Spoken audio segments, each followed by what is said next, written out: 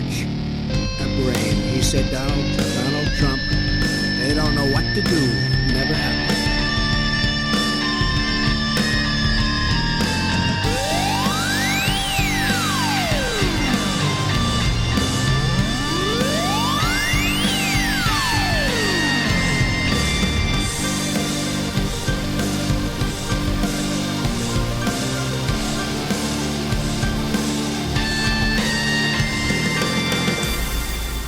Welcome, everybody. Here we go. It's that time again. Matt Connarton Unleashed, and we are live from the studios of WMNH 95.3 FM in glorious downtown Manchester, New Hampshire. Also on Comcast 97 if you're in Manchester, streaming at WMNHradio.org, and on the Facebook, on the Matt Connarton Unleashed Facebook page on this Monday, December 21st, 2020. And I'm not alone.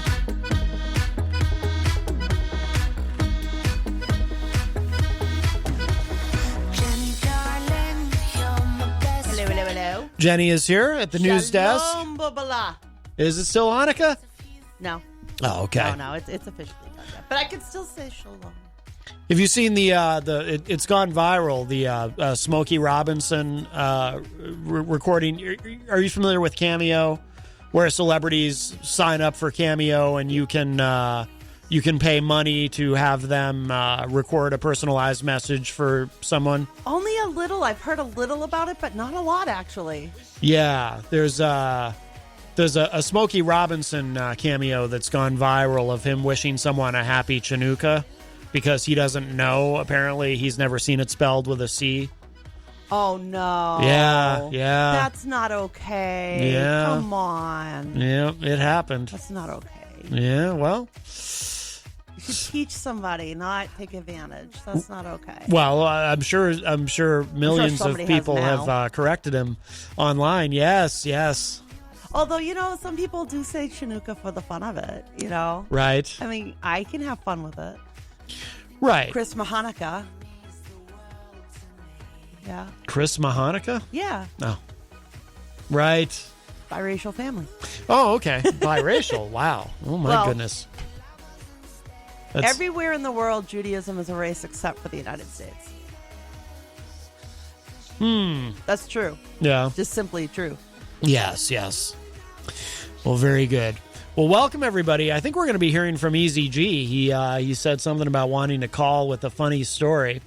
Yes. I'm waiting with bated breath. Yes. With anticipation. We need to ask him. Well, actually, I don't want to scare him off, so I won't say anything else about it. But welcome, everybody. The number to call, 603-250-6007, 603-250-6007. You can also text us at 617-917-4476.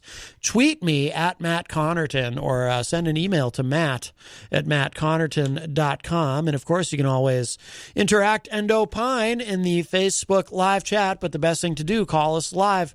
603-250-6007. We only have 4 shows left of 2020. That's including this one. I'm so glad to see 2020 coming to an end. Well, it's so we have today through Thursday. Friday is Christmas, and then that'll be it for us until January 4th, I believe, is the first Monday in January. I believe so. That's when we'll be back. So, and just to kind of let people know, and I've made a decision about this, and Jenny and I have had discussions about this, although not today. So you don't even know exactly what I'm about to say, but although you might have an idea. And Peter White and I, of course, have been talking about it. We talk about this from time to time as well, as we kind of proceed forward through this whole COVID thing. I decided, and there was no hard rule made about it here at the station. There was, back when we first reopened, back in March, we were closed for a few weeks and then we reopened, and, there were a lot of rules and whatnot, and those slowly loosened up over time, but we've been trying to keep people socially distant when they come in and whatnot. But, we've been talking about tightening things up, and because the reality is it's going to be a very, very difficult winter as far as COVID. I mean, yes, the vaccines are starting to become available little by little, although they've already botched the distribution because, of course, they did. But, but in the meantime, you've got the post-Thanksgiving surge, which I guess is happening now, and as the numbers continue to climb, and then Christmas will make things even worse, and then God only knows how bad things will be after New Year's, because New Year's, the bars will be packed, and of course, if people aren't at a bar, people will be at someone's home congregating and getting drunk. So then we'll have the post-New Year's surge.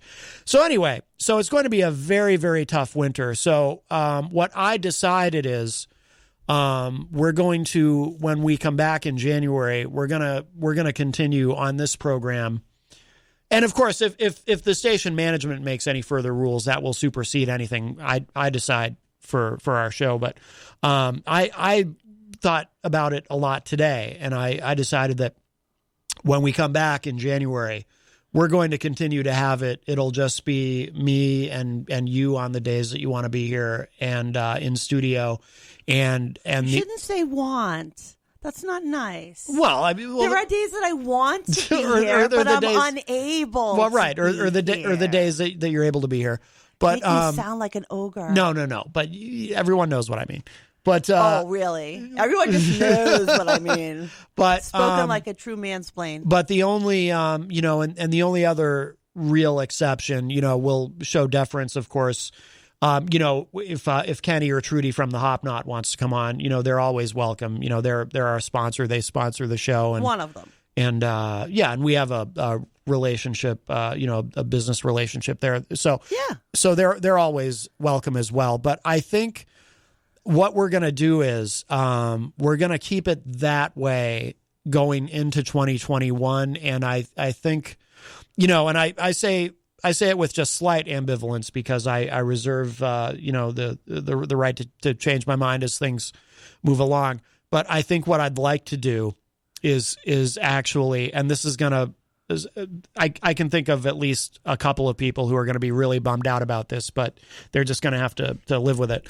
I think we're going to keep it that way on this show going forward until such time as both you and I have been vaccinated. And I think that's going to be it because I don't want to die. Yeah. You don't want to die. Yeah. And this is a small room. Yeah. And the thing about it is again, don't anyone be fooled. I'm not trying to be negative. I'm glad the vaccines are starting to show up, and eventually we'll get to a point where everybody who wants to can be vaccinated. But the problem is, again, because Americans have decided in large numbers, between on one side, all the people who still refuse to take COVID seriously, and then on the other side, all the people who sort of talk like they take it seriously, but then you look at their social media and you realize they just talk, they aren't serious about it.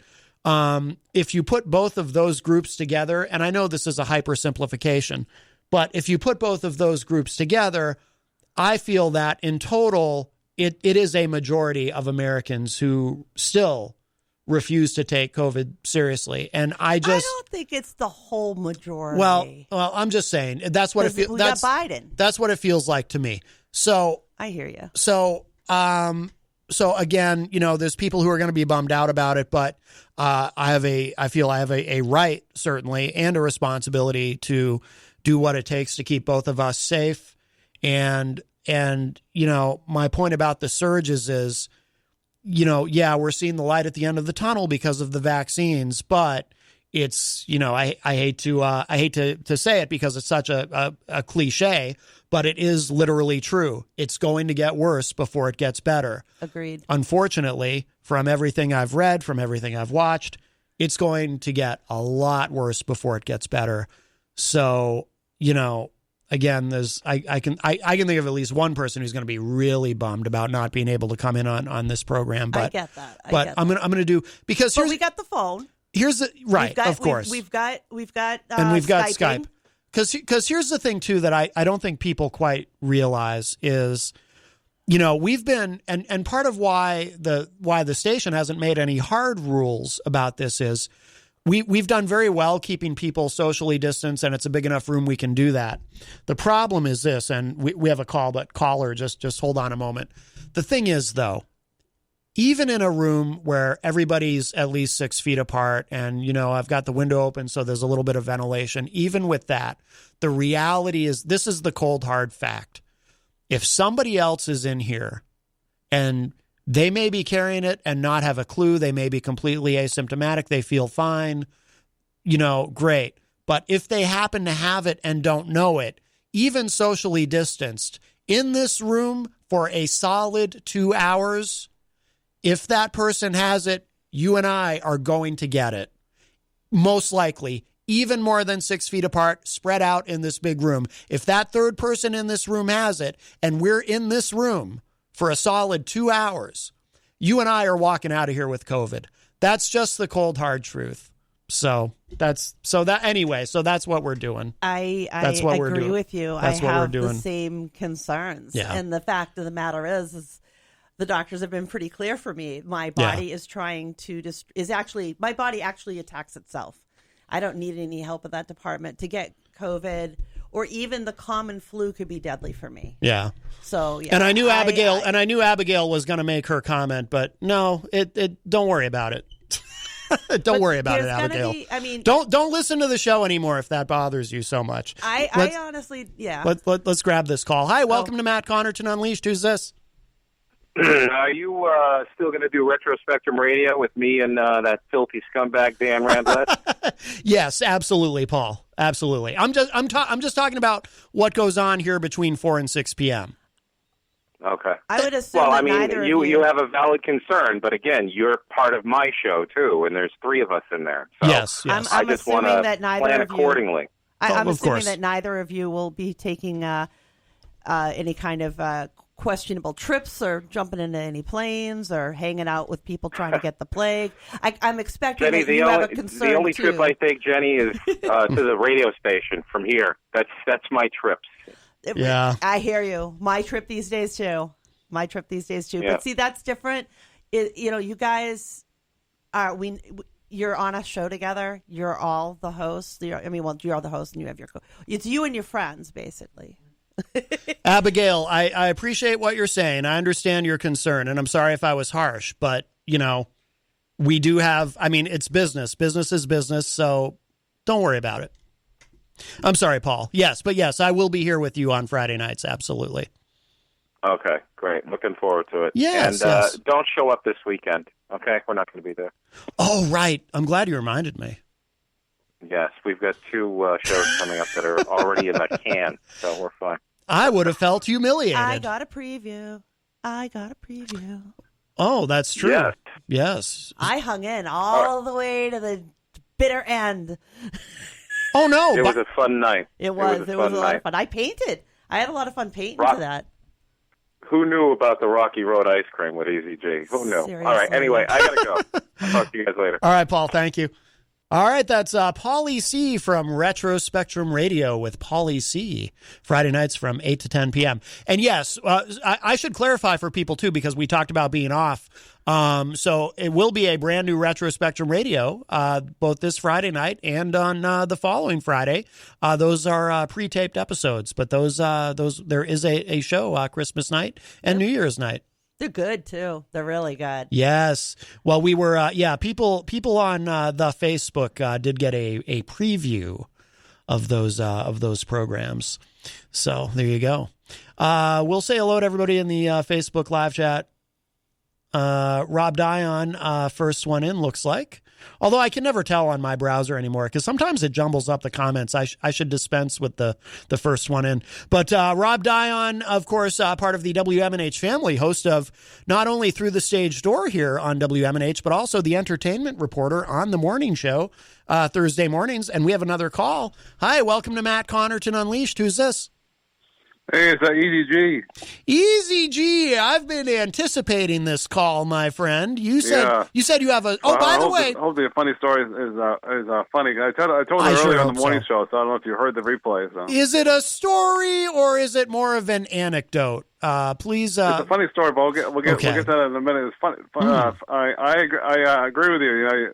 it's Peter White's probably going to do the same thing, limited guest, because I know he's having Robert Dion on Thursday, but probably going forward, I don't know if he'll make that decision. But then again, I'm not going to speak for Peter White. You know how that works. Right. Yeah, not advisable. Yes. I hope you've learned your lesson. He'll make his own rules. It's his show. Right, of course. No, but Peter, as far as your show goes, I can do my interim report, on Wednesdays, the last one of the season. Yes. On virtual, so that can go on for eternity. Absolutely. Well, I mean, when at least for the next couple of months, like you said, it's going to be a horrible winter. Unfortunately, it's going to be the God honest truth.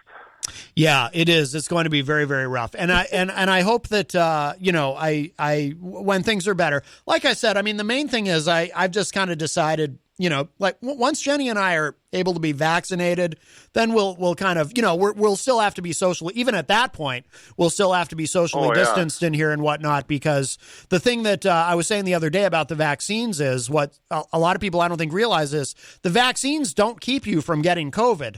The vaccines keep you from getting extremely ill from COVID. Dying. Right, so you can still going in the direction of death. Yeah, so you can still spread it if you happen to come into contact with it. So it'll still be very important to be safe. But once we get more people vaccinated down the road, I know I got a couple of questions to ask my doctor when I see her next month. So yeah, hopefully the vaccine. Well, if you're all that good stuff, I would assume you're considered high risk, so you should be able to get it soon. I would think, but I got to get some questions answered about the vaccine because I know one of them supposedly has penicillin in it, so I'm going to No. Whoever, hey, Easy.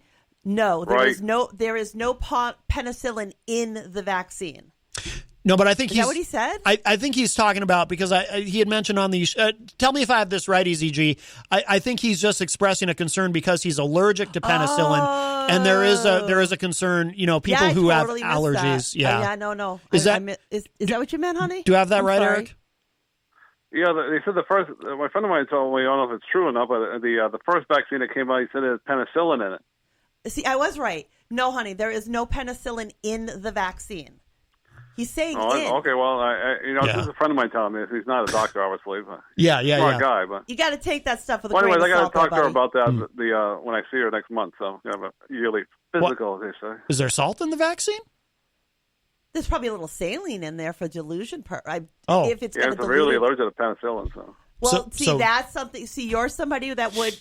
Now that's what you need to ask your doctor. Is it safe for me to take the vaccine? The last time I had penicillin in me, I broke out in hives. It was horrible. But there's that does sound horrible.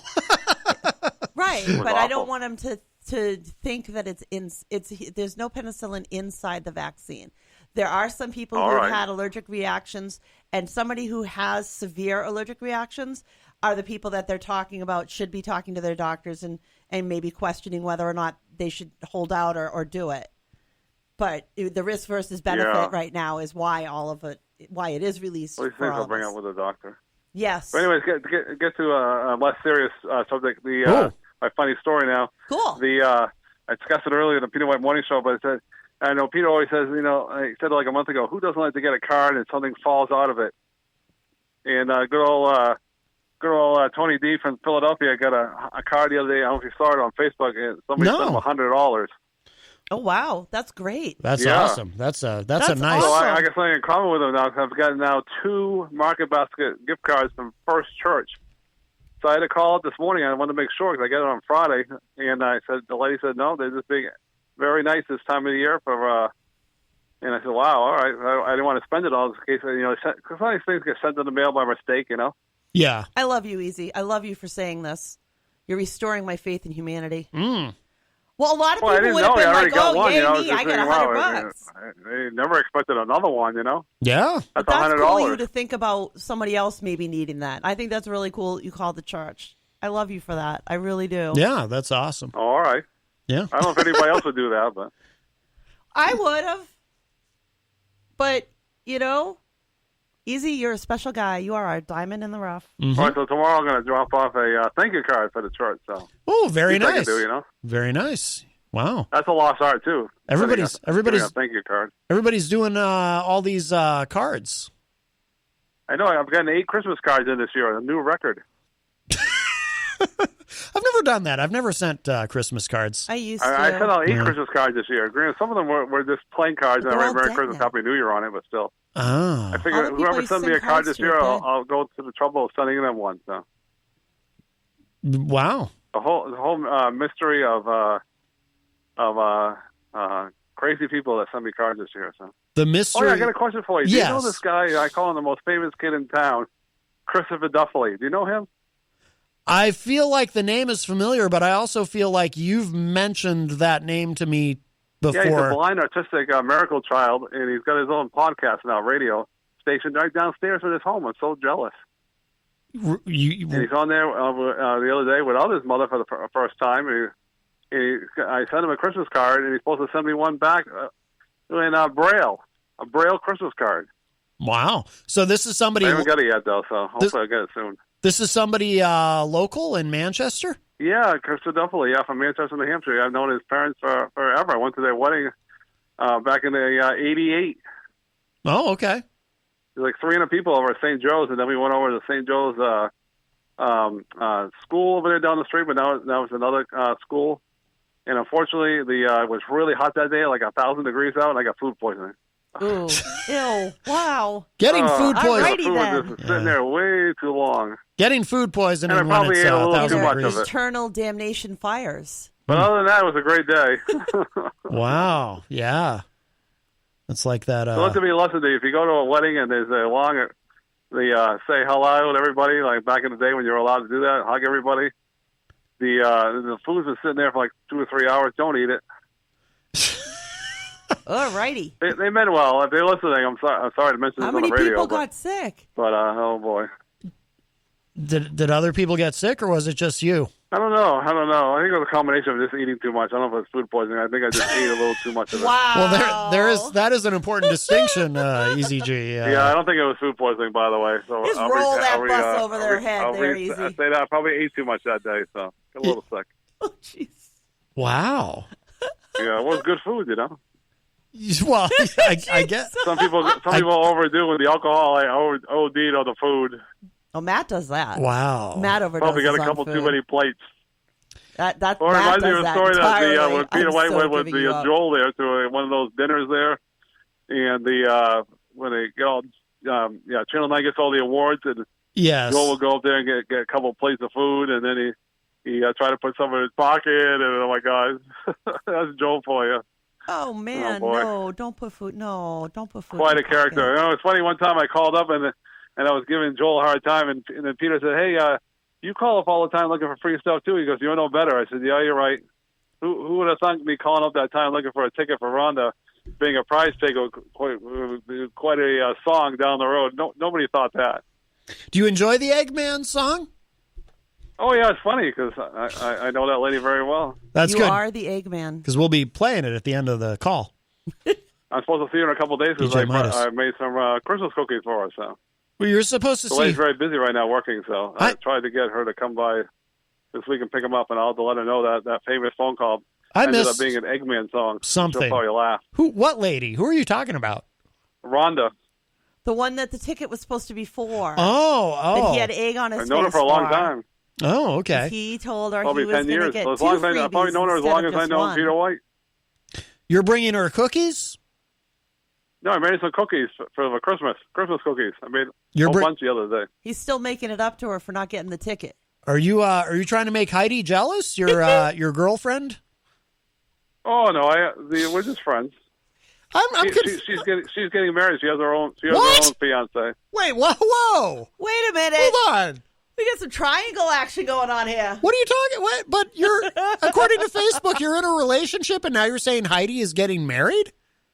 No, Rhonda, my friend Rhonda's getting married. You said Heidi was I don't know getting what married. day, but I'm supposed to be going, so I can't wait.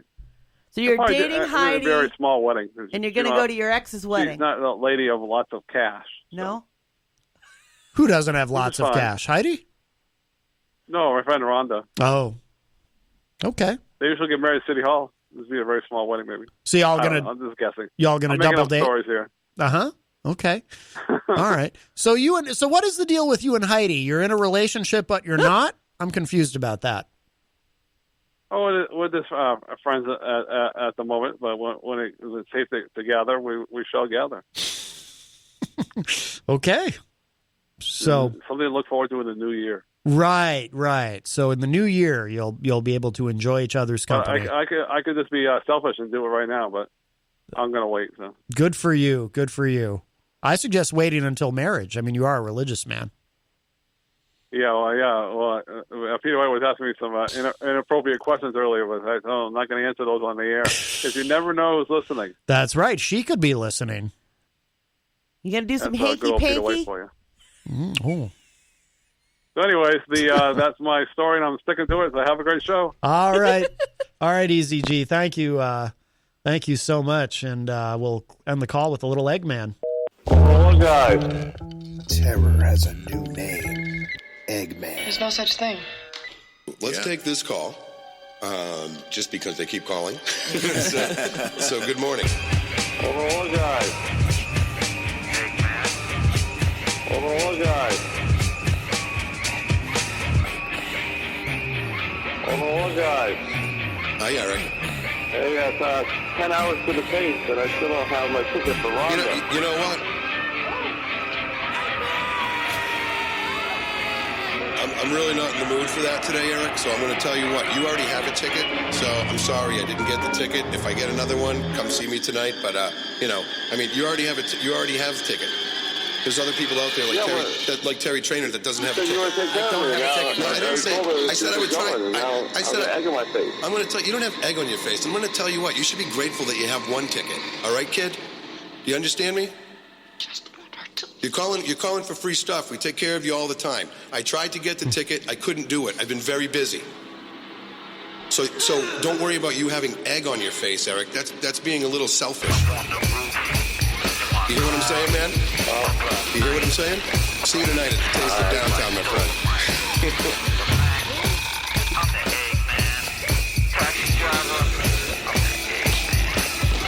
Wow. Whoa. You know what? The guy calls up for free stuff. You know, we take care of him. Does he have a ticket? He already has a ticket. I don't have a ticket. He wants a ticket for someone that may go with him. And I told him I would try to get him a ticket. And now he's upset. He says he has egg on his face. Eggman. Oh, and then something else started playing. Eggman from DJ Midas. So I like eggs. Peter White was very upset that day. Us radio guys can be mean. Abigail, if you are still listening, I'm sorry. You know, but I just... Oh, no, yeah, you do. I think I got preemptively defensive because I know the avalanche of criticism that's coming. You were being rather assuming. Well, because people are going to be mad about it, and then she's giving me a hard time about the sponsors thing. It's like, well, I'm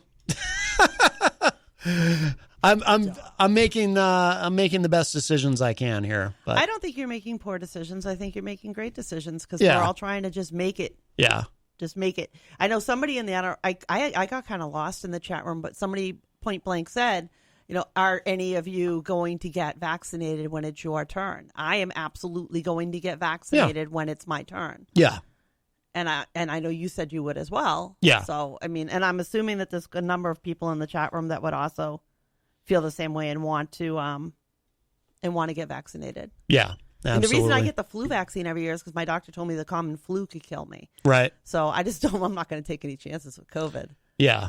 Well, and I have asthma, and the irony being in my case, I think the reason I have asthma is because I think I had COVID. I think it's possible. At the end of December, and that's because I never had asthma before, and then now I've got... And to put things in, there's a very good reason because I was in Europe. I came through Amsterdam, and I came home, and everybody in the apartment got sick. Yeah. Everybody got sick for months. So that's why we think it's possible, but that doesn't change the fact that we're both going to get vaccinated when it's our turn. Yeah. Just like everybody else who's supposed to or should. We have a call. Hi. Welcome to Matt Connarton Unleashed. Who's this? What's up, buddy? Hey, Tony D. How are you, my friend? Good. What's up, Jenny? Yo. Oh, man. So to touch on what Eazy-G was talking about, someone gave me $100 last week. One of my customers gave me a card with $100 in it. It was kind of weird. I was Surprising. That's pretty cool. Yeah. That's awesome. That's very nice. Yeah, Yeah. it was they put a card in there and said, "Thanks for your hard work and dedication." I was like, wonder how many more of these I can get this week. Oh. Listen at you. That Way would to be make nice. a good thing dirty. Yes. But I wanted to let you guys know, on this Thursday, I have an appointment at 10 o'clock in the morning at the hospital that we're affiliated with at work. Because we're essential transportation employee medical workers, because we deliver all medical supplies, I have to go get the vaccine. So Yeah. on Thursday morning, 10 o'clock, my appointment, I will be getting my first round of vaccine. Very nice. How do you feel about it? I'm nervous. I'm not. So before Matt rips me a new a-hole, I'm nervous just because I wasn't expecting to get it so soon. I figured probably by April we would be in the mix for it. Right. We got the email late last night about it. I guess because Moderna sending out more doses, and then it's school workers. For down here, I guess it's across the board. It's school workers, transportation workers, 65 and to 75 and stuff like that. Yep. So, how do I feel about it? I'm doing it because I have to do it, and it's the right thing to do for the people. I think the nervousness is that right when they broke this out, all of a sudden they're saying they're in Europe, there's another strand of it now that's more contagious, and that Pfizer put out a statement. Now, I haven't fact-checked it yet, so don't quote me on it, but said that this strand of the vaccine won't cover that virus, which makes it a little bit concerning if that's the truth. Let's definitely double check that, because the report that I was watching before I left the house from ABC said that the vaccine would still work. That the new strain is the strain. The difference between this mutation is that it's more contagious, but it's the same disease. Yeah. It's the same thing, more contagious. Because mutations, Right. from what I understand, are common. Absolutely. So look, I'm all for this. Yeah. I'm all for this. Obviously, I'm going to be the first one in my family to get it because of my job. Yep. I'm doing it. I'm going to even do something where I'm going to post it, like a video, go live or something Good. on Facebook. Good. Thank you and for do it doing so that. people see that I could do it. Do me a favor when you again, do that, reiterate to people what you do, because I think it's important for people to understand who's getting vaccinated when and what their importance is. Like, I'm a recipient of medical supplies.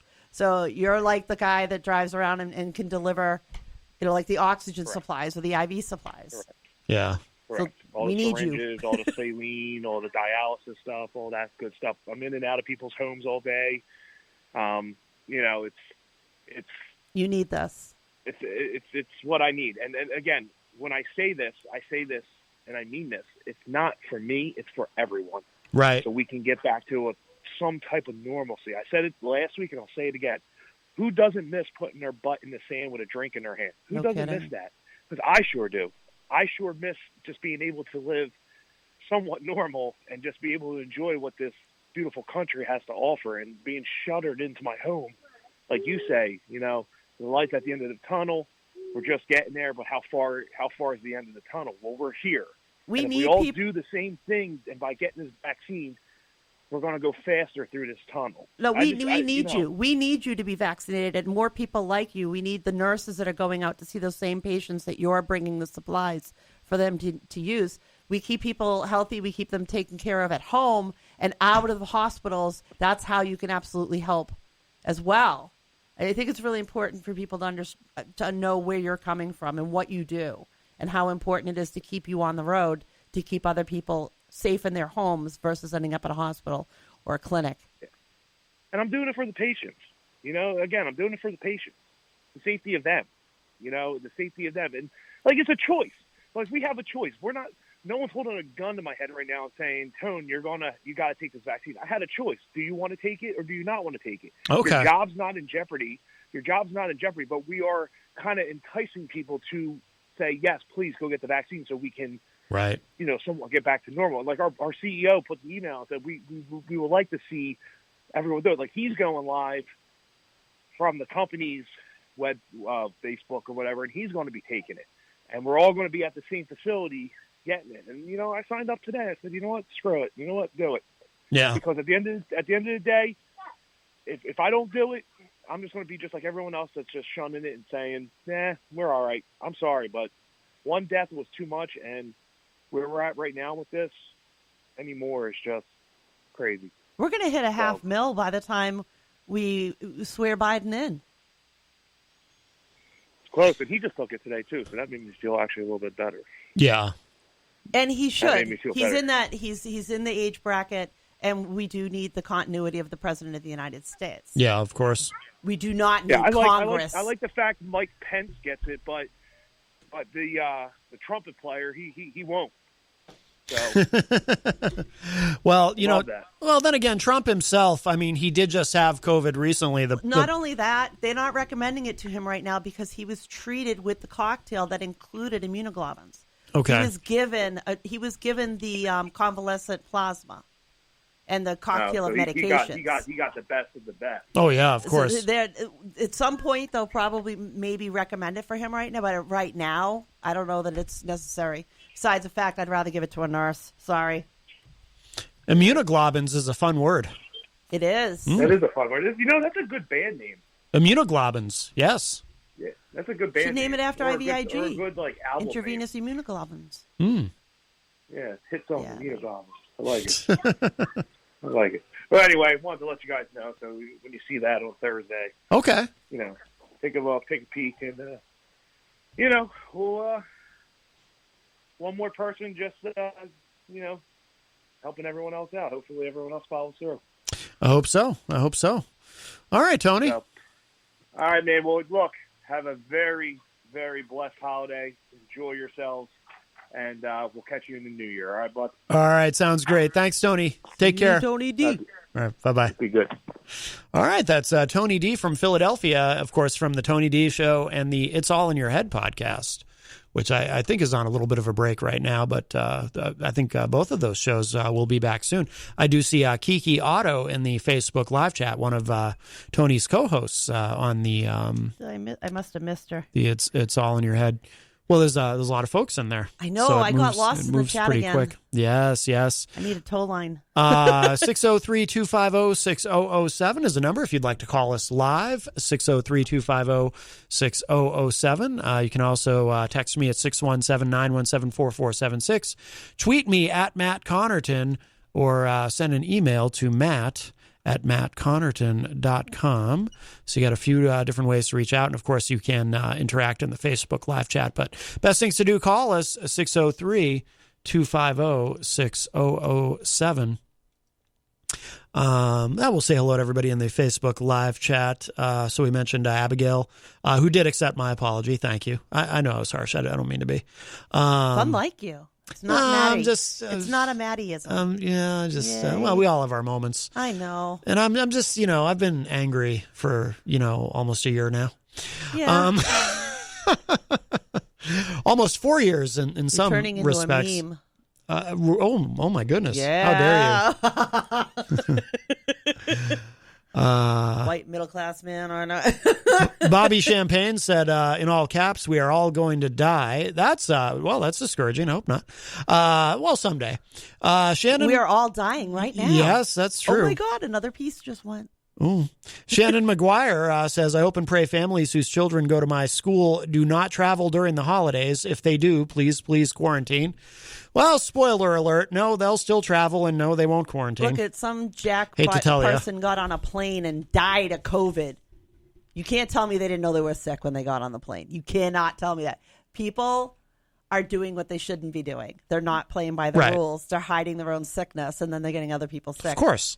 I mean, I guess if you're going to die, you're going to take a few with you. Is that the whole analogy now? Is that it? I guess so. Is that what we do? I guess so. I don't know what a Republican is anymore.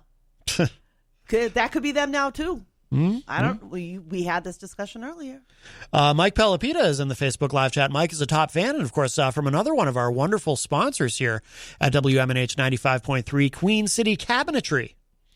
So nice to see Mike in there. Bobby asks Shannon McGuire, can you trust people to do the right thing?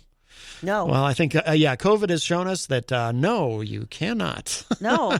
Absolutely not. I can't trust, which is why very few people I'm around right now. I am I'm self-isolating. I am not going into multiple stores. I do have my groceries delivered. I do use a shopper sometimes. Yeah. So I'm not just preaching it. I'm living it. Tony D, who just called us, is also in the Facebook live chat. Let's see. Just want to make sure. Kiki says, this is what worries me. There's so much misinformation flying around. Yeah, well, that's for sure. Do not take your information from Google. Bobby seems skeptical about the vaccine. He says, I wouldn't take it if they paid me. Well, I'm sorry to hear that, and I hope you don't turn into an asymptomatic carrier.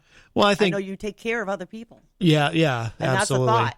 But, I mean, to his credit, Bobby is also someone who's extraordinarily careful. He does take COVID very seriously. Yeah. I mean, you had to stay knuckled down like that for a long time, though. Yeah. You got to remember, this vaccine's been given to tens of thousands of people in trials. I mean, it wasn't like it didn't come out of the gate with we gave it to a monkey and he lived, so now we're going to go.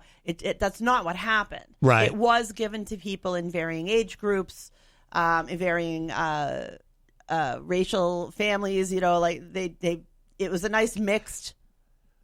I don't know how I'm saying this, Maddie. All I could think about is mixed mediums, and that's not coming out right. I immediately became distracted by Gonzo's comment in the Facebook did you just get to the... which I'm not going to read on the air, but wow. There's some nasty naughtiness going on in the chat room for Unsheathed. Yes, that's a discussion for Matt Connarton, Unsheathed people, and some of you need to go see a doctor. Unsheathed, of course, is not carried on WMNH. That's a completely separate show. It's only available on the dark web. I'm legally prohibited from telling you how to find it, and it is behind a paywall. But wow. So, okay, who delivers my groceries? Great question. The person who went and shopped them for me, because I use like an iCart type thing, and I don't get any money from these people. I wish I did. No, I'm only kidding. Yeah. No, but seriously, I use one of those services. Instacart. I order what I want, which store I want to get it from. The shopper goes in. They pick up the things that I ask for. If they have a question on it, they can even take a picture with their phone and send it to me. I can approve or disapprove of any substitutions. And they come to the guy came to the door. He's wearing a mask. He had all the groceries in a tote. He put the tote down. I took my bags out. He took his tote back. He went and cleaned it, put it back in his car, and went on to help the next person. And I brought my groceries. He only delivered to the door. From the door into the house was only me. And I wore a mask when he showed up out of respect for him. They ask you to, and out of respect for him, I absolutely had a mask on. Hi, Mary, how are you? What are you? Oh, Mary LeMay's dropping something off. Well, thank you. Namaste. Namaste. Nice to see you, Mary. Merry Christmas. Oh, well, that was nice. It's a card to WMNH 95.3. Okay. Well, we'll leave that for Peter White. Yes, because he is he should be the opener. He should be the opener because for those who don't know, and some of you do, but Peter White, of course, not only the host of the morning show here at WMNH, but he's also the program director here. He does all the computer stuff, the programming, and he is the lifeblood of the organization, as we say. Yes, and he's always watching us. He is, yes. From the dark recesses of his mind. If you're watching online, you can see, of course, in the corner, we have the giant cardboard Peter Whitehead, always watching over everything, much like Santa. I think it needs giant googly eyes. Well, it does. Everything's better with googly eyes. I suppose. That sounds terrifying, actually. Shannon McGuire says, one of my students traveled out of New England around Thanksgiving. Her family was upfront about it before they left and did quarantine. We shall see if others follow suit. Well, that's good. So some people do the right thing. Oh, Rob says tomorrow is Abigail's day.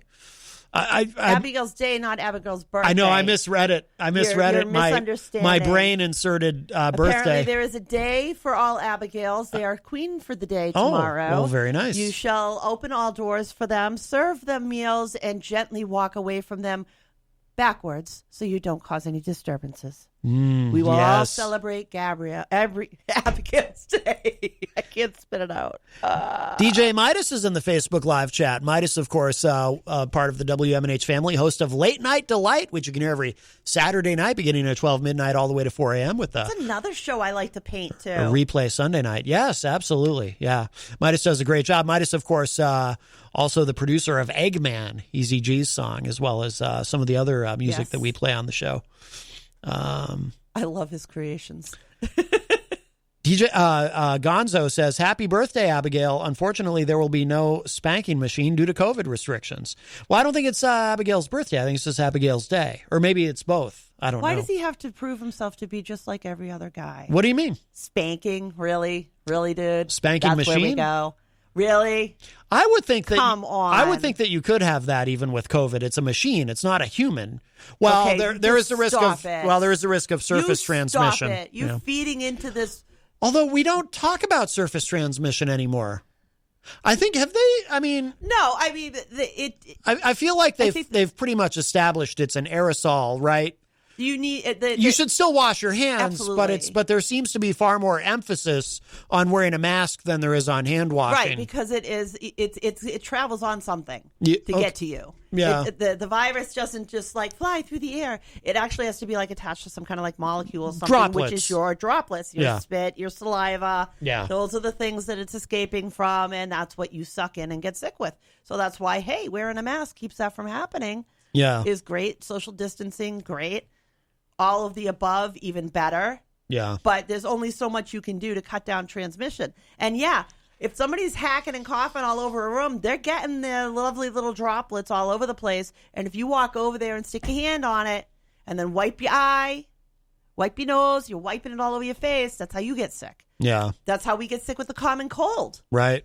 Not that I'm doing it. I'm just saying this is how sickness is spread. Oh, If we washed our hands, if we practiced these things on a regular basis, we'd actually have less sickness in our society. Absolutely. We have a call. Hi, welcome to Matt Connarton Unleashed. Who's this? Hey, it's Eazy-G calling back. I meant to say that earlier. I was up early Sunday, couldn't sleep again. So I said, hey, I'll turn the radio on. I listened from 3 to 5 a.m. The overnight show. John Midas there, his rockin' Late Night Delight. DJ show. It was really good. Yeah, I know he's listening, so I wanted to call to say that. He does a fantastic job, doesn't he? He does. See, Yes. now Music I've just done never that stops. too. I've done that. I can't sleep, and I've turned on the Midas Man. Yes, I have. So I agree with you. Yeah, matter of fact, I had to turn the radio down because I felt I had a little too loud. I said, well, Eric, it's only 4 in the morning. So I put it down. No, Most normal people are sleeping, you know? Right. Says who? I was a night shifter forever. All the great people are up at 4 a.m. All right, I just want to give a quick shout out to John Midas. Great job. All right. Thanks, Eazy-G. I'm sure Midas appreciates it. Bobby Champagne concurs. He says Midas's show is the best. Yeah, Midas is amazing. Bobby Champagne and Gonzo and Rob Dion are continuing to argue over STDs. Shannon McGuire. Are they sharing them amongst themselves? I think they're trying not to. I'm not sure.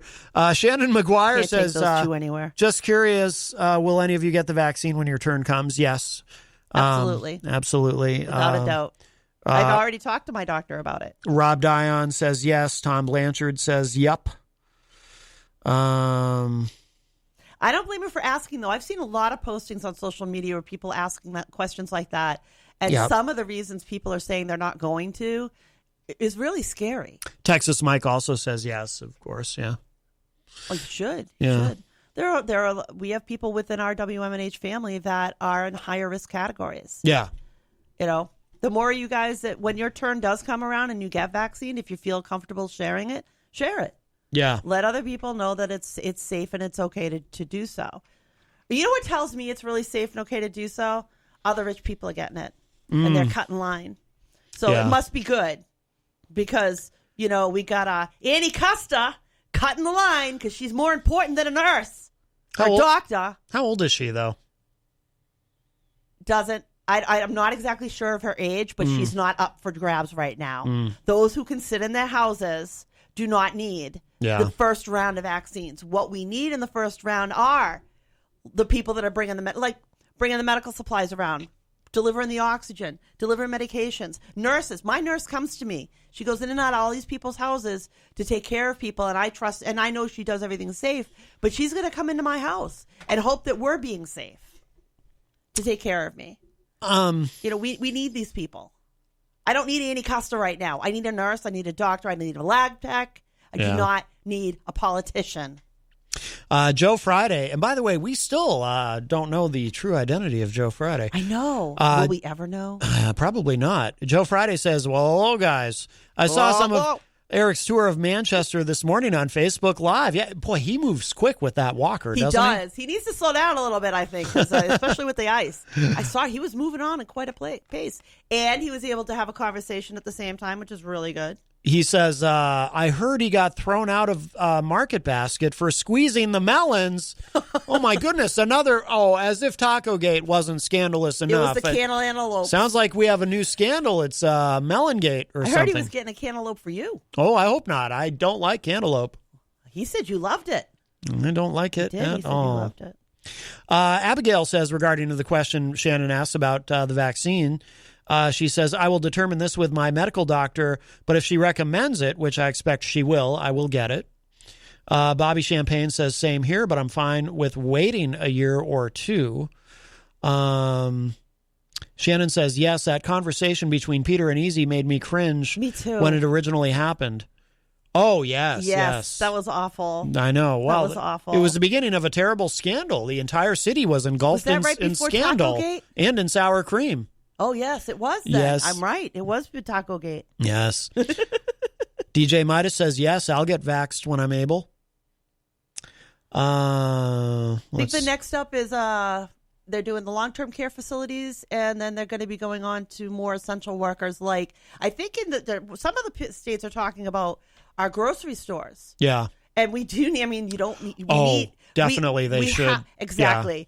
Yeah. We've got to cover the people that we need to be mixing and mingling with the public the most. Yep. If you got to be mixing and mingling with the public, we need you protected so you can keep doing your job and everybody can keep getting the things that they need. Yep. Because if I take a cog out of the wheel, nothing's going to happen. Yeah. Absolutely. Yeah. Grocery store workers, we definitely.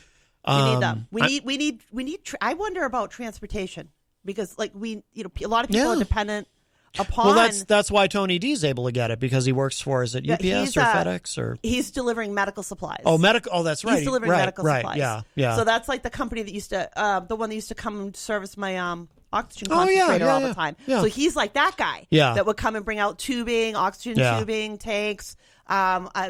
Now I have supplies that actually come via UPS. Yeah. And the guy literally comes to the door with them. Yeah. Because they're marked, they know it's medical, they know it's critical. Yeah. And that comes with all the supplies to take care of my port. Yeah. Because my nurse will come tomorrow into my home and do the port. So I needed 3 different people to get that stuff to my house just in the short term. If any one of them falls out, what do you do?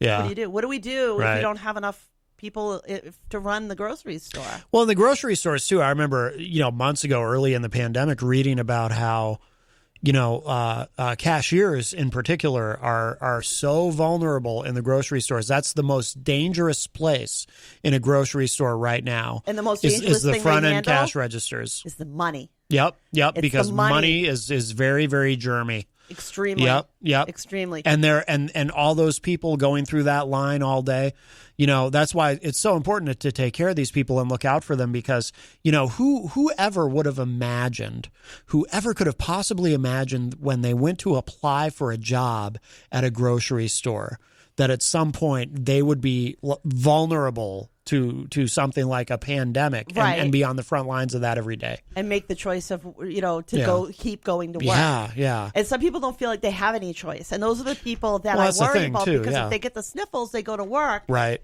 If they've got it, damage is done. Damage is done. So we need to make life better for them, which, of course, Congress finally started to move. And now we've got money going back into unemployment, money going back into the PPP. Yeah. But I think it's too little too late. And I think should have been done at a minimum 4 months ago. Can I just say, thank you, great ones. Thank you from the bottom of my heart for your generosity. How will I ever? Oh my goodness, $600 whole dollars. What I will be able? Could I spend it for the? Oh my goodness, I could eat for the whole year. Thank you for nickel and diming me out of my own damn money. Yeah. Seriously, $600. Are you kidding me? That's one treatment for me. That's nobody's rent. That's nobody's mortgage. Yeah. You know, I mean, seriously. It's pretty You disgraceful. couldn't even stick with the lousy $1,200, which is nothing. Now would have been a good time to just do UBI. I want to say the B word so bad. I'm so mad right now. It's like they went in there and they voted for this crap, nickel and dimed us down to nothing. Yeah. Got the little pet projects a little bit something too, and they bumped the line on friggin' vaccines. Yeah, when one of my best friends is a major nurse at UVA, like she's taking care of people who've had heart transplants and are on the machines that they've been talking about to keep you alive. And they haven't gotten it yet. Yeah. They're waiting for their doses. They're waiting for their doses. And Congress is getting the doses first. Yeah. Are you? And icing on the cake, you're getting a whole $600. That's what you're worth. That's all you need to live, right? Yeah. What do they live off of? How much money is spent? Seriously, this is disgusting. Yeah, Trump drained the swamp, all right. Bull. All he did was empower them to do whatever the heck they want to. They the peasants don't need that much. Give them cake. Give them $600. Eat them cake. Wayne Noel, who is a top fan from Michigan, joins us in the Facebook live chat. Shannon said, so this surprised me a little bit, but she said, I'm going to wait as well regarding the vaccine. I've not had the flu shot in almost 20 years, but I may not resist this vaccine, but will wait a little bit. I get that. I do. I get that. Years ago, when I worked in medicine, when I was in the emergency department and stuff, I wasn't big on getting the flu shot. I felt like I was hyper exposed to it, so I was like walking around with armor or something. I really felt like that, and it was the wrong thought. And literally, it was my primary sitting me down and having a conversation with me and saying, the flu could actually kill you. You really should get this vaccine. That I started getting the vaccine, and I haven't had anything bad happen. And lo and behold, I haven't gotten the flu either. Yeah, go figure. It worked. Mike Pelopita says, I'm sure that if a large part of the population doesn't choose to take it, it will be put into the water supply for us. I think Mike's kidding. Please tell me you're kidding, because there are people out there saying really weird stuff. Well, you know what, though? I'm sure there's an actual conspiracy theorist somewhere I'm sure Alex Jones will be. He already has been talking about that. He was down there inciting loveliness with the Proud Boys, and look what happened. 4 people got stabbed. Yeah. He's a piece of work, that one. And he's got a kid just like him. Bobby says, I'm surprised that people are so willing to trust the government. I've never taken a shot. I might take the shingles vaccine because my doctor says I'm at high risk for severe reaction. Well, to me, the way I look at it, it's not about trusting the government. It's just about trusting medicine and trusting science. This isn't government. This is not government. This is science.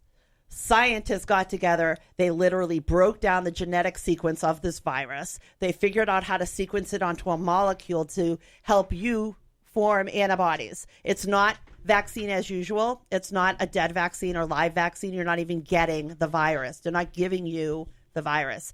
They're giving you the molecular information, the genetic information needed to form antibodies. It does not rewrite your genetic coding. You're not going to turn into like Frankenstein or something. It doesn't rewrite it, doesn't create you. You're not going to have a new set of your brain that's being controlled. Sorry, I said it that way. I don't mean that to you for what you said, but it's science. No. It's trusting science, not government. It's science. I trust the scientists and the doctors, especially the doctors that are going, yeah, this is great, and they're going to get their dose and then go work in the COVID unit. Like, if it wasn't good, they wouldn't be doing that. They just wouldn't. Melanie Fedderson says, I thought Trump wasn't getting vaccinated because it reacts to ass clowns, serious concerns. Oh, that's, well, she might be right. She might be onto something. You might be onto something. Yes. I haven't looked from that perspective, but I think she's got something.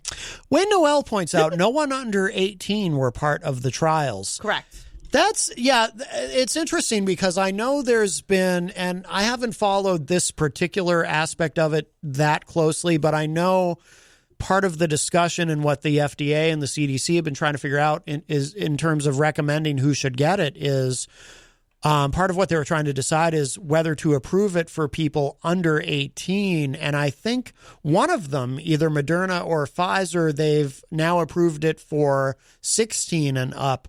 But 16 and up on Pfizer, 18 and up on Moderna. Okay. And age-based medicine is important. The way we treat kids is totally different from the way we treat adults. Are there similarities? Yes. But how you diagnose and treat is in a different pathway with a child. And you got to remember, this was a trial. There was only so much figuring out the adults it's a different animal. And you're not going to, how many of us are comfortable giving experimental stuff to kids in the first place? So of course they're going to try it with the adults first and then with the kids. Yeah. But it's different. Medicine with kids is so tricky. It really is. That's one thing that was really scary working in the field was that with a kid, they can go down in a split second. Like they can be sitting there looking pink, warm, and dry with you 1 second, and a moment later, they're in trouble. They're seriously in trouble. Kids decompensate so quickly and just handle things differently. It's just really interesting. Abigail says, we still wipe down surface areas at work between customers. Yeah, definitely, as you should. Like I said, I'm sure surface transmission is still a real threat, too. It just seems like the emphasis has shifted. But yeah, I think, we wipe everything down here. We're extremely thorough here. The odds of with getting the cleaning. enough vaccine into you by merely brushing against some surfaces is not that high. You mean enough? You'd have to get enough viral load, enough virus. There might be, it takes a little bit to get you sick. It's not going to be just that easy. But it's like I said earlier, when you wipe something and you don't wash, and then you touch your eyes, you touch your nose, you're touching your face, just like with anything else. That's how you get that transmission. Angela Philbrook is in the Facebook live chat. She says the under the nose mask wearers drive me crazy. Seriously. Oh, me too. And Your snot stinks. And they look so stupid. They do. The people who wear them on their chins, I think they're doing it to be a-holes. But the people who wear them just covering their mouths but leaving their noses exposed, I think they're just idiots. I think they're a-holes. Yeah, well, I think they know exactly what they're doing. Well, maybe. It takes a little effort to kind of, it's one thing if it's a big one and it's sliding down while you're talking or something. But I think it takes a little effort to put that sucker under your nose. Yeah, it does. It does largely defeat the purpose of the mask.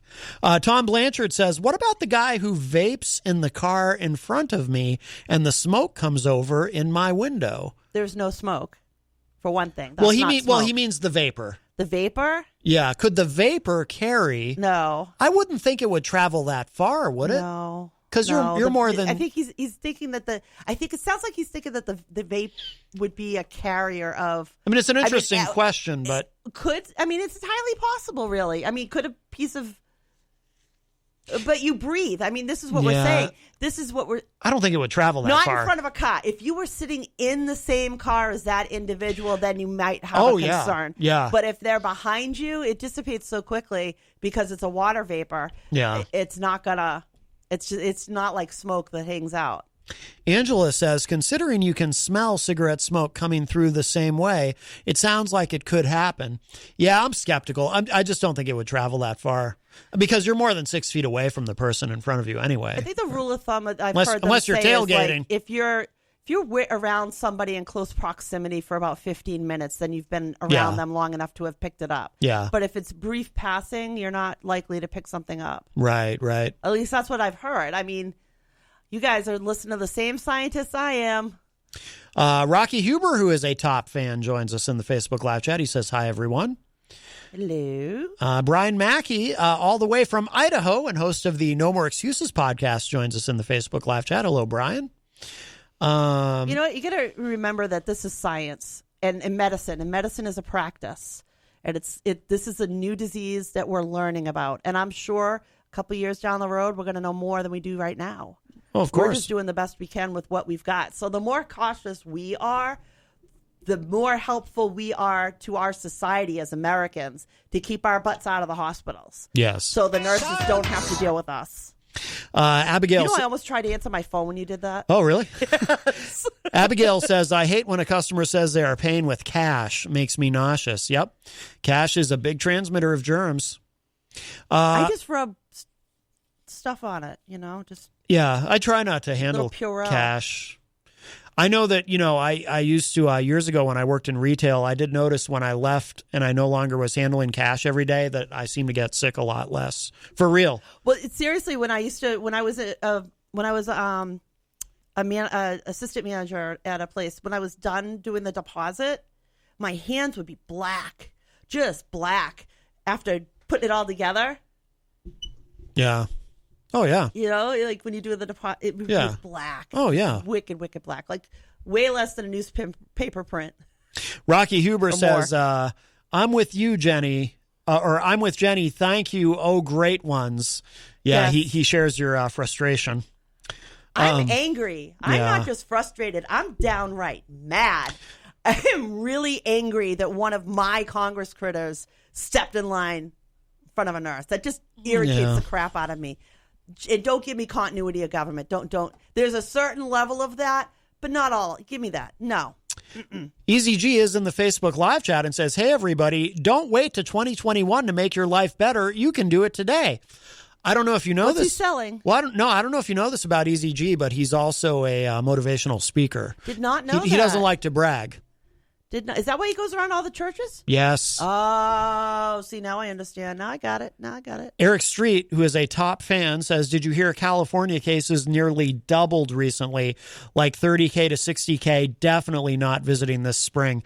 Yeah, California is having a horrendous time. So, we have doctors that are literally doing, okay, this patient is on a vent and has this patient is on a vent and has that. Which one do I think might live?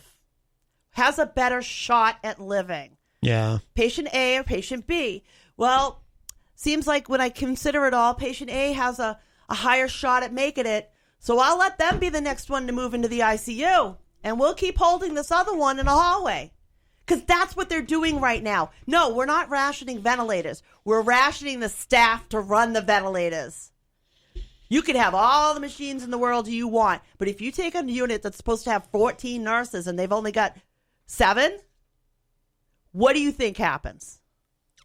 Bobby says, I really hope the Dems win in Georgia so that the Democrats will control all 3 branches of government. I am hoping things like DACA can get solved for good, right? Me too. Absolutely. Absolutely. DACA needs to be solved permanently. And by the way, I realize I'm the only person, as far as I know, I'm the only person in all of media who pronounces it DACA. Everyone else pronounces it DACA, but I refuse to pronounce it that way because I self-consciously feel like I'm just pronouncing darker with a New England accent. You think way too hard about these things. I really do. It's not LIDA, it's DACA. Did you hurt yourself when you worked out that one? This time of year it gets DACA earlier. It's DACA. DACA. So I pronounce it DACA. No, it's the A thing. It's DACA. Like DACA. Angela Talk says, the right way. Angela says the $600 might cover a few late fees for bills I haven't been able to pay. Doesn't seem like that will do much for me, LOL. How much stimulation of the economy do they think they're going to get with this one? Seriously, $600. I mean, give me a break. I hate to sound like a Keynesian, but it's okay to send us more than that because that's how you stimulate the economy. And we're all Keynesians now, really. I mean, Republicans gave up on being the party of fiscal conservatism quite some time ago. So what's it matter? Just send us the money. Do UBI. I want UBI. Where's Republicans? Where's Andrew Yang? Somebody find me Andrew Yang. I think Biden picked him up. Oh, that's right. Did he? No, he was talking. There was talk about it. He picked up Mayor Pete. He did. I don't think they've found a spot yet for Andrew Yang. First time we've had a homosexual man in that office. He's breaking barriers. Yes. Married man.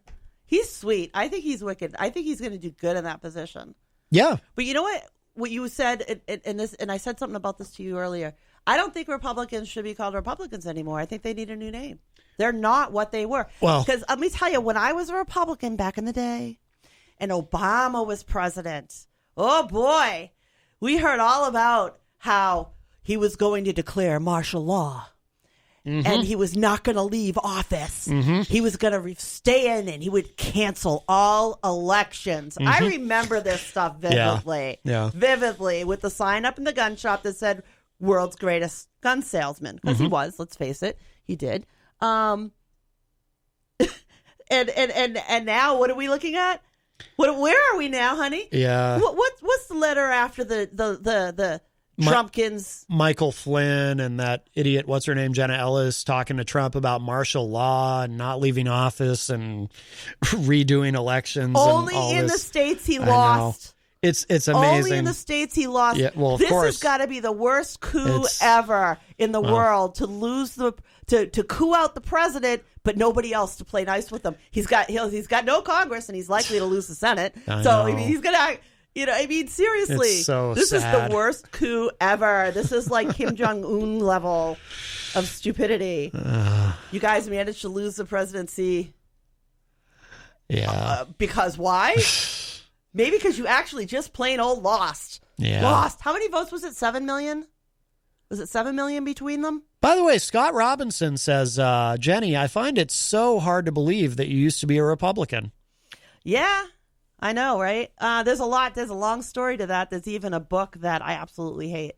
I went through a lot of changes. I kind of sort of probably had a breakdown and woke up to a lot of different things. And over the years of my last few years, I've done a lot of traveling, a lot of thinking, a lot of reading. I've learned a lot. And I've learned a lot of things that I was wrong about when I was in office and I was a Republican. And there are votes that I would absolutely take back. And there are things that I know now that I did not understand then. So, yeah, I know I don't sound like much of one anymore. I was a gun rights girl. I legalized all knives in the state of New Hampshire. That's what people like to point out. They don't like to point out the Purple Hat Trail I did or any of that stuff. It's, it's all about the knives. So sometimes I get a little angst about that.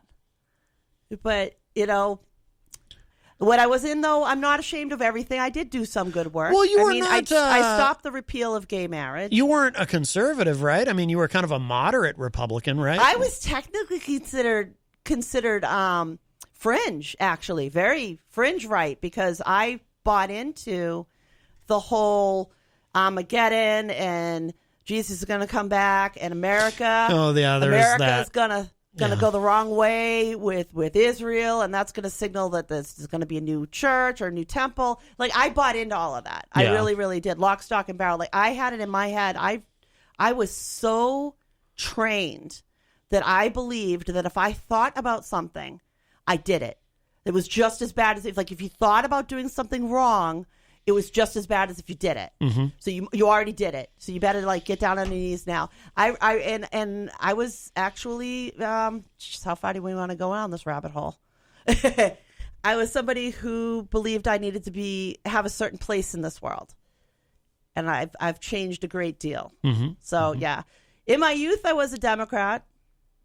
In my marriage I was a Republican, and now, technically, right now, I'm actually still a registered Democrat. Yeah.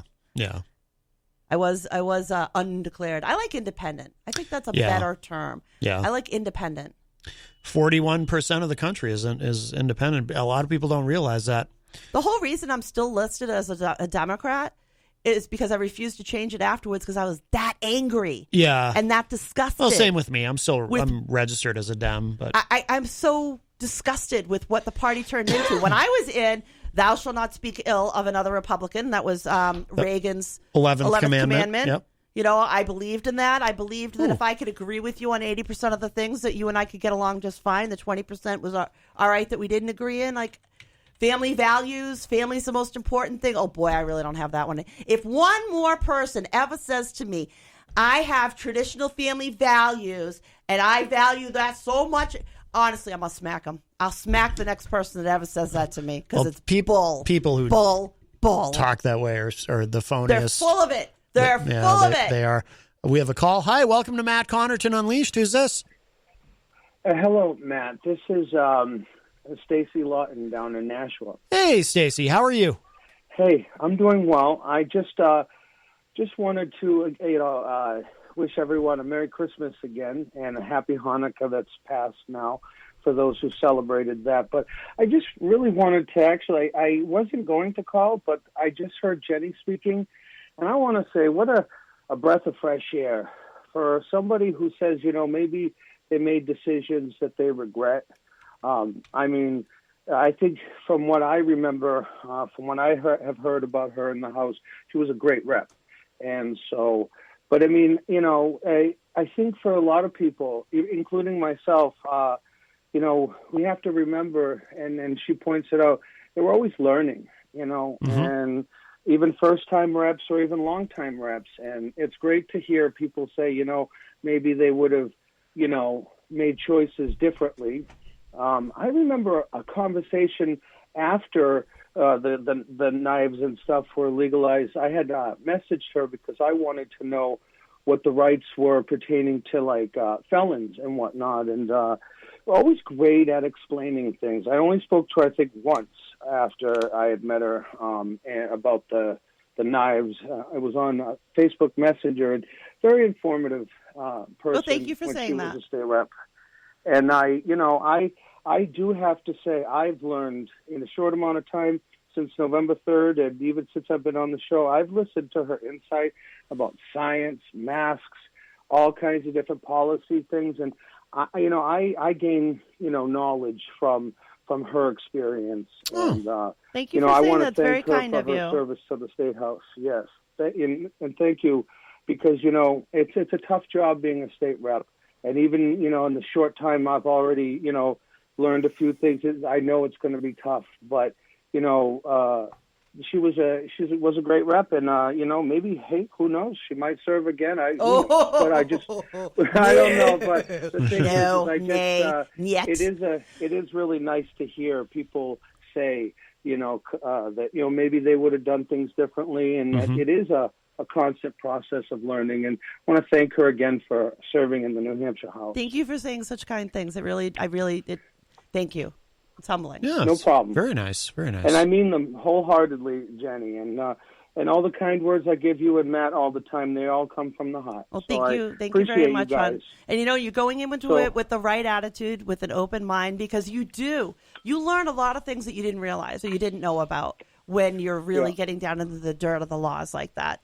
And you'll be surprised. I mean, I would used to sit and I would get my bills that I was going to have in my committee, and I would read them over, and I'd make a little hash mark at the top of what my first impression was, for it, against it, or I'm not sure. And then I would keep going back to look at it. And a lot of times after the public hearings, I would learn things from the people that would come in that would there were bills that I thought on surface looked bad, but after I got to hear everybody involved, realized, no, it's actually really good.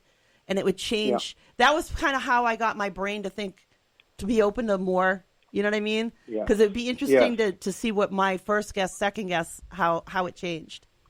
I don't know if that matters. Definitely. It makes sense. Yes, I actually like that idea because, your first impression on something might be, who knows, based on an opinion or things you know up until that point. And then when you gain perspective from other elected leaders or other citizens and whatnot, it could change your mind. That's a great way to approach bills. To give your initial impression, but then learn from what others have to say. See, again, and I thank you for saying I'm going in with the right attitude, because I think that's the best way. If you go in with a closed mind or just close down to just your party lines, it's not a good thing. Absolutely. All right. Well, Stacey, thank you so much for the call. Great call. Yes. And again, happy holidays to everyone, and we'll talk to you all soon. All right. Sounds great, Stacey. Thank you. Take care. Bye-bye. All right. The Honorable Stacey Lawton. I know what you were laughing at, but we're going to we do need to take a quick break because we are way past the top of the hour. Let's play something, and we'll be back. Don't go anywhere.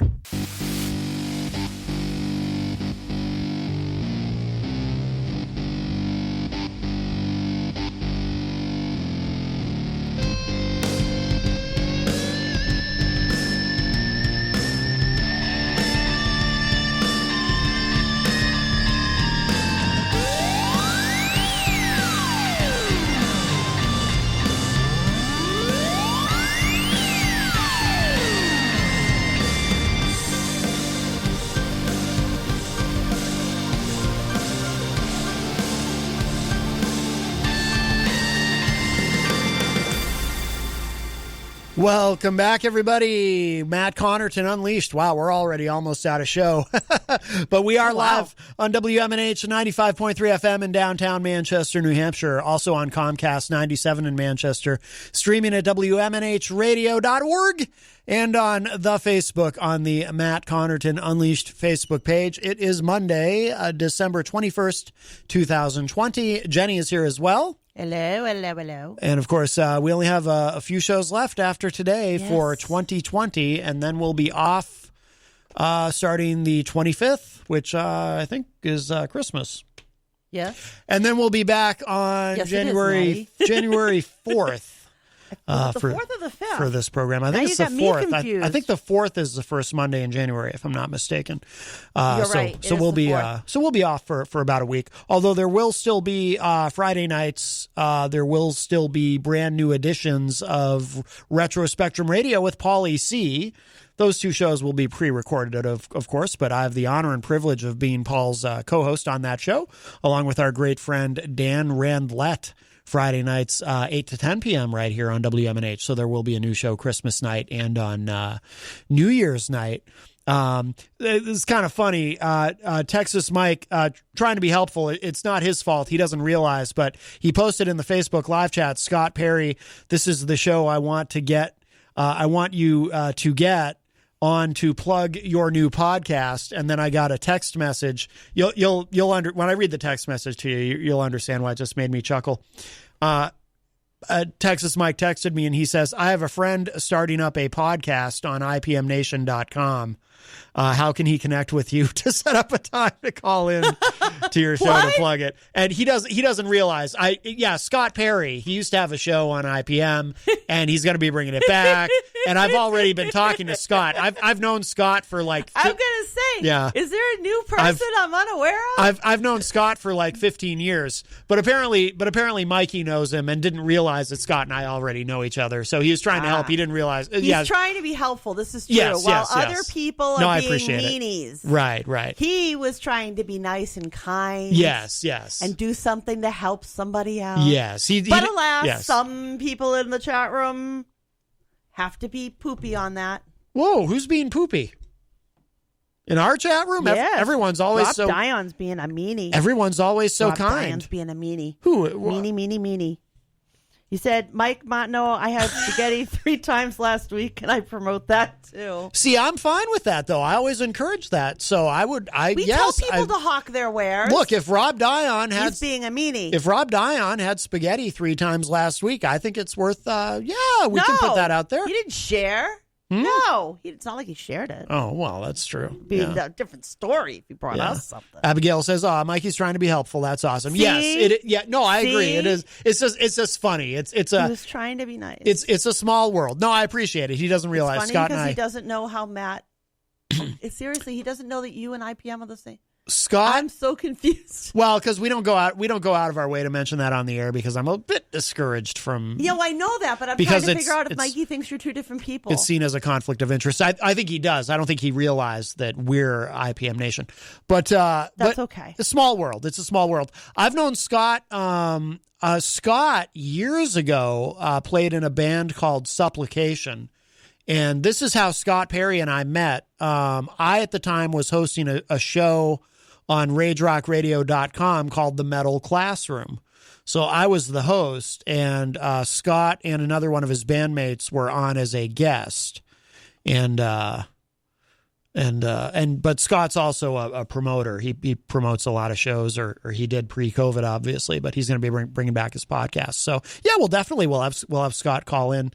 Yeah. Abigail says Rob's not being mean; he's being funny. Of course, no, it wasn't. He was being mean. He's taking some tips from PETA. Oh, and Addie. Mikey went to college with Scott at NHTI. So he knows, very good. He knows him. He just didn't know that you two were known to one another. Well, who's known him longer? Well, it sounded like he's known him longer. No, I think I've known him longer. I don't think you go back to high school. No, NHTI, the college, New Hampshire Technical Institute. I don't think you go back to college. Mikey's only like 26 years old, so I'm pretty sure I've known Scott longer. So he's my. Seriously? He was my friend Age first. Isn't much. Just saying. No, he was my friend before he was Mikey's friend. a whole A. Just saying. You're a whole A. How dare you? You're an entirely whole. Do you like fruit, Maddie? Oh. Maddie, do you like fruit? Bobby Champagne says, I went to college with Scott and got a UTI. Oh, hey, more information than I need there, buddy. Bobby, you've got both Mikey and I trumped. You apparently know Scott better than either of us. You've been trumped. Hi, welcome to Matt Connarton Unleashed. Who's this? Hi, Matt. It's Paul again. Pauly C from Retro Spectrum Radio with Pauly C. How are you, my friend? Let me guess. You also know Scott Perry, and you've known him longer than any of us. I've known him longer than the whole population of Manchester combined. Figures. Would you share a womb or something? Ooh, wow. That's a long time. Well, listen, I'm calling to let you know that he's starting up a podcast on IPM Nation. Wow. I've never heard of that. That's big news. You know anybody that works there? Oh, no. It's some Matt guy, but it's not this Matt, right? It's not my Maddie, right? No. It's some other dude. There's a third Connarton. It's my evil twin, Tam. It's your uncle's uncle. Yes. IPM means I'm presumably MattNation.com. Oh, no. Oh, boy. I like that one. I really like that one. Wow. Listen, I have a favor for you that, you know what, I really didn't want to wait until off the air to ask you. Can you please go into Podbean when you're done the show and email me the New Year's Eve show, please? Seriously, dude. You mean in Dropbox? In Dropbox, You yeah. are terrible. Do I have your email? I must have your email, right? It's my first name, .mpts@gmail.com. Oh. Quick, everybody write that down and send him love messages. It's paul.mpts@gmail.com? Yes, paul.mpts@gmail.com. Send your love letters now. I'm glad I asked because I've never, oh my God, Will Vegas knows Hammer from Rage Rock Radio. Yes, that's the guy, Will. Okay, I'm glad I asked because I've never emailed you there. So it's paul.mpts@gmail.com. Okay, yes. That's correct. So you want me... and send your fan mail there too, gang. Yes. He'll be taking Dear Pauly letters and helping you know which cleaner's the best to use for your home soon. Yes. Stay tuned for Pauly. All right, very good. Very good. I will do that, Paul. Absolutely. All right, Matt. Thank you very much. I'll keep an eye out for it. All Have right, a good night. You got it. All right, bye-bye. Bye, Jenny. Bye, sweetie. All right, that's Paul Cormier. Yeah, Will Vegas knows, he says, Rage Rock Radio with Hammer, a.k.a. Keith. Yes, Keith Lynn. Hammer gave me my first radio show. Really? Well, it was, so Rage This Rock... is like small world coming together for you. Well, it's a small music scene. It's smaller than people realize. RageRockRadio.com. It was an internet radio station, and it actually was before anyone was using the term podcast. The word podcast didn't exist yet. You're showing people how old you are. We were pioneers. No, but Hammer started... we were old folks. So Hammer used to, Spider Bite? The tattoo place? Yes. So Hammer... Wait a minute. I think they tattooed my leg. Oh. So Hammer worked for them and ran Spider Bite Radio, SpiderBiteRadio.com, which I think still exists, but now it's just like a generic streaming thing. But it used to be Hammer was the program director for Spider Bite Radio, and then he left. But that's a whole story that I would never tell on the air, not unless I knew it was okay to. Do I have to get you drunk first? No, I could tell you. It's not something I would talk about publicly. I think Hammer got a raw deal, but he's my friend, so of course I'm going to think that. But so Hammer left and started RageRockRadio.com. So there was this show called The Metal Classroom, and I was a guest on that show. I was in the band First Shove at the time. So we went on that show and were interviewed. And the host at the time, Amy from Silly Girl Productions, she was leaving and they needed a new host. So Hammer took a liking to me and asked me to be the new host. And so that was the first radio show I ever hosted. Oh, that's cool. And That's then a one really cool story. And then one thing led to another, but that's so here you are. So Hammer, actually, Hammer and I got to be really close friends, but I haven't talked to him in a long time. I don't think he's doing anything currently in music, but he gave me my first show. That's really cool. So yeah. Shout outs to Hammer. Hammer time. We used to say that. That was his license plate. Let's see. Well, we're almost out of time on today's show. Did I give the numbers when we came back, or did we take a call right away? I think we took the call right away. Okay, so if you want to get in with a call, 603-250-6007, but do it soon because we're almost out of time. 603-250-6007. Or text me at 617-917-4476. Tweet me at Matt Connarton or send me an email to matt@mattconnerton.com. But yes, we are almost out of time. Today's program has flown by. We do have some more comments, though, in the Facebook live chat. So this was the thing that was making us laugh earlier. So Pauly C said, not everyone will know. It's a little inside. Should I bother reading it? Is it too inside? Yeah. All right, we'll skip that. But it made us laugh. Chuckle. It was something. He had a little bit of a disagreement with another friend of ours, and that's what that's in relation to. Abigail Jem was asking Jenny, I guess referring to when you were a state rep, what was your stance on public education? I'm super into local control. I really like teachers to be, if I had my druthers and I got to write the rules, teachers would be able to have more ability to be creative in the classrooms. My best teachers that I remember growing up were the ones that we sat under a tree and we read Canterbury Tales. My history teacher, we went to a graveyard and did rubbings and learned about things that the hands-on, the great teachers like that. I think we need more of that. I do support charter schools. I've seen them be very helpful, very good for some students. That's a saving grace right there on education. I'm sick of kids having books they can't take home. They're falling apart. I'm sick of our schools trying to teach the wrong things instead of the right things. I mean, God, where do I want to begin? We got so over the top board with schools that I remember one of the local schools even had teachers saying, stop putting more cameras in and start giving us more books, because they were putting more and more cameras in. It's like every nook and cranny could possibly be visualized, but we won't give them a book. We won't give them the turning of a page of a book. To me, is a big deal. I don't know. Maybe I'm old school or something, but I like it when things are locally controlled, and the parents and the teachers that work with those kids, they know those kids and know how to get through to them. They know what works and what doesn't work for them. And you can't make a one-size-fit-all education system. It just doesn't work. Abigail says, love your answer, Jenny. I don't do rubbings in the classroom, though, LOL. Well, because how would you explain that at a parent-teacher conference, the rubbings? Tell ya, maybe someday you'll get to, because it was so much fun. So much fun. And we learned so much about how societies were in that day and age by what the different symbolisms on the stones meant from the 1800s, from, the 1700s or what have you. And then to top it off, my history teacher and my math teacher, Mr. Sullivan and Mr. Ty, worked together. And math, we were taught how to do measurements and how to set up a grid.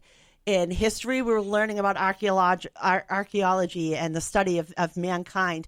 And those teachers dug an area in the property and were allowed to bury stuff. And we were going to set up grids and dig it out.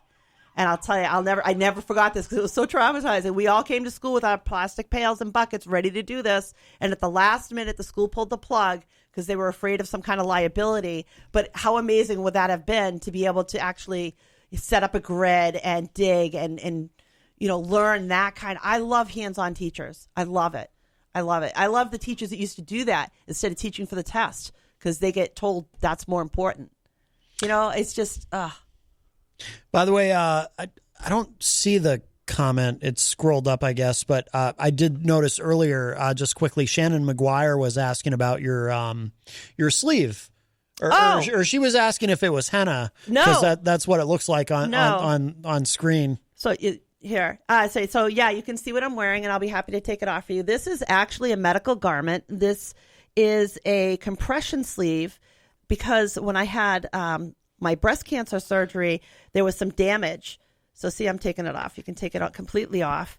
And my lymph system doesn't work correctly, and it can get kind of trapped, cause swelling and pain and other things that can happen. So I wear compression pretty much every day to keep that in check and to keep me from getting something more serious that could actually become more life-threatening. But I'm a firm believer in things do not have to look medical that are medical. And you see, I should get money from these people. Lymphedivas is a company that makes more interesting compression instead of the boring orange or gray or brown. They have fun, neat patterns. And I thought this one was so much fun just because I love the colors and I love to paint. And this one kind of reminded me of my mom and her style. My mom's an artist. So I didn't even realize it until after I put it on that everybody around me thinks I have tattoos from each on my fingers all the way up. They think it's just one big tattoo arm. Yes. I had an experience at a store where these two women were kind of looking at me funny, and I wasn't quite sure what was going on, but I was going to check out. I was at the dollar store, and the guy's talking to me, and we're ringing stuff up, and he made a comment. So I told him about it, and here come the two women that were standing away from me, and they slowly started to move back over and went, "Oh, that's not a tattoo?" Like they were afraid to stand next to me when they thought it was all tattooing. They thought you were a biker. Seriously. Well, I mean, only when I go to the Netherlands. Scott Robinson, who is a top fan, is in the Facebook live chat. He says, what is your music genre, Matt, besides Kiss? Well, I have very eclectic tastes. I like a lot of different kinds of things. Lately on the show, you may have noticed I've been playing a lot of hip-hop. It just seems appropriate for, I like things that are politically charged as far as music. But Kiss is my all-time favorite band. But I like many different genres of music, although I'm not one of those people who says, oh, I like everything. I don't trust people who say that. Really? You like everything? I don't like country. So you like both classical music and satanic death metal from Switzerland? I work with that because, I like Powerwolf. Yeah. Right, but you don't like everything. Like, nobody really likes everything. Country. I hate country. I always hate when people say, oh, I like everything. I'm it's not a country girl. I like some rap, but not all rap. Yeah. I like those storytellers more than the ones that talk about sex and money, and that's it. Right. So I mean, yeah, I think we're both pretty wide open on different styles of music. Yeah. If somebody was asking, I actually graduated from Carver, Massachusetts, Carver High School, the class of 1989. We were the first graduating class for that building. So we were the one class that went to 4 different schools and never moved. But yeah, we had a lot of fun. I have a shout out to Jesse Fries out there in Plymouth, Massachusetts. If you get down there on the main street, there's this wonderful art shop right there next to the Catholic Church. And I highly recommend going down there and seeing them. It's most amazing work. Seriously amazing work. Stacy Lawton is in the Facebook live chat. She says, going on a fruit-only diet like the late, great Steve Jobs, co-creator of Apple? That sounds like a bad idea. Steve Jobs is dead. Seriously, yeah. I wouldn't want to follow dead people advice. That's I have this thing about dead people's things, that you want to kind of leave them with the dead. Bobby Champagne says, what was that address, Paul Cormier? It was paul.mpts@gmail.com. He's anxiously awaiting your love letters now. Yes. Oh, and Texas Mike put it in the Facebook live chat. Very good. Yes, he did. Yes, he made sure that was out there. So send your love letters. I'm just I want to make sure we didn't miss anybody in here. Very, very busy chat room today, which I love to see. Thank you all for that. Rocky says, instead of the entertainment report, you should call it Easy's classroom. No. I don't know. No. It's egg on your face, man. It is. Yes. It's just that. We can't switch that. I think we got everybody who's in here. Wow. Yeah, I love to see a busy chat. It's actually a very nice problem to have when I can't keep up with it all. Oh, and I did see Eazy-G in there earlier too, bragging to Scott Robinson about the Amanda McCarthy magnet that he purchased. An Amanda McCarthy magnet, Eazy-G did. Wow. Because Scott's always interested in those Amanda McCarthy tour dates. See, now we know what to get Easy for Christmas next year. That's right. All right, we are out of time. Jenny, thank you. Thank you. Thank you to everyone who called. Thank you to everybody in the Facebook live chat. If you missed any part of today's show, it'll be up in just a little bit at WMNHradio.org. And make sure that you are back first thing in the morning, 7 a.m. for the morning show with Peter White, which you can hear weekdays from 7 to 9 a.m. with a replay 2 to 4 p.m. right before this program. And that is it for us for now. I got to email that file to paul.mpts@gmail.com. Along with your love letter. That's right. All right. Talk at y'all a little bit later. Bye, everybody. Bye-bye.